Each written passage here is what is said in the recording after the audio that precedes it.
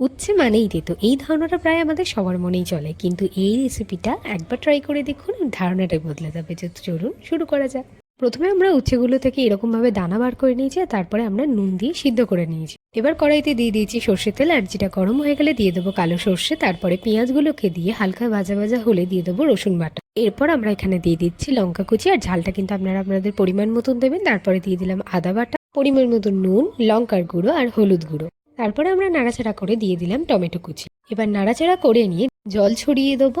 ভালো করে নাড়াচাড়া করে আমরা মশলাটা রেডি করে নেব। এরপর আমরা এখানে দিয়ে দিচ্ছি 1 চামচ মতন বেসন। বেসনটার সাথে মশলাটা ভালো করে মিক্স করে নিয়ে পুর তৈরি করে নেবো। আর যার টেক্সচারটা কিন্তু ঠিক এরকম হবে, যেটা কিন্তু খুব বেশি পাতলা বা টাইট হবে না। এরপর পরিমাণ মতন চিনি আর ভাজা মশলা দিয়ে নাড়াচাড়া করে নামানোর আগে ধনেপাতা দিয়ে নামিয়ে ফেলবো। আর তারপরে আমাদের পুরটা রেডি হয়ে যাবে। এবারে আমরা উচ্ছের মধ্যে পুরটাকে ভরে দেবো।